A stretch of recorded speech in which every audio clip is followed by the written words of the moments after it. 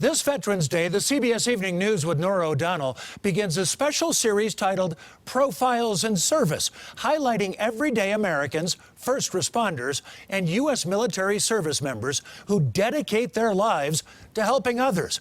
Tonight, a look at a unique program called FitOps. It's helping veterans who struggled with PTSD and addiction when they returned home. If you take accountability for your health and self-care, the mind will follow. Do you think FitOps has saved lives? FitOps has not only saved lives, they have helped veterans gain that purpose that we are so desperately seeking. Norah joining me now on CBS Denver and live on our Facebook page. Norah, this was a series you started when you were over at CBS this morning. Tell us more about it.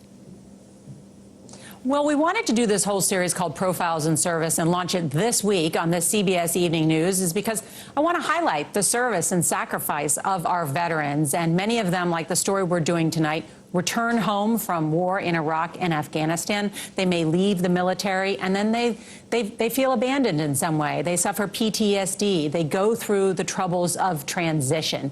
But there are so many great organizations and foundations out there that want to help. And so we tell one of those stories tonight, this foundation FitOps that helps veterans returning become personal trainers, because exercise, in the words of one of these veterans, is the best therapy for him. And so we'll be telling stories like that all this week that are meant to inspire and also honor the service and sacrifice of our veterans. Fantastic. We know you grew up in a military family. I've got to believe, Norah, that this does have some special meaning for you.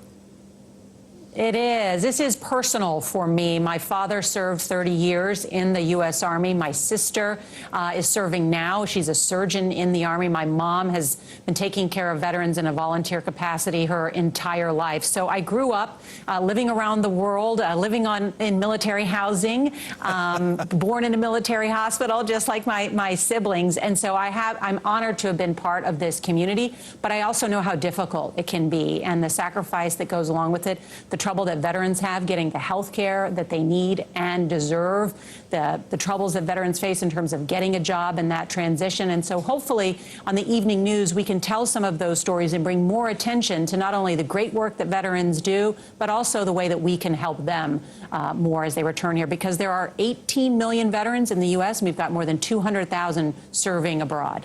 Obviously, so many things to be proud of, I know, as you look ahead to the week's coverage in this regard. What else can we look forward to?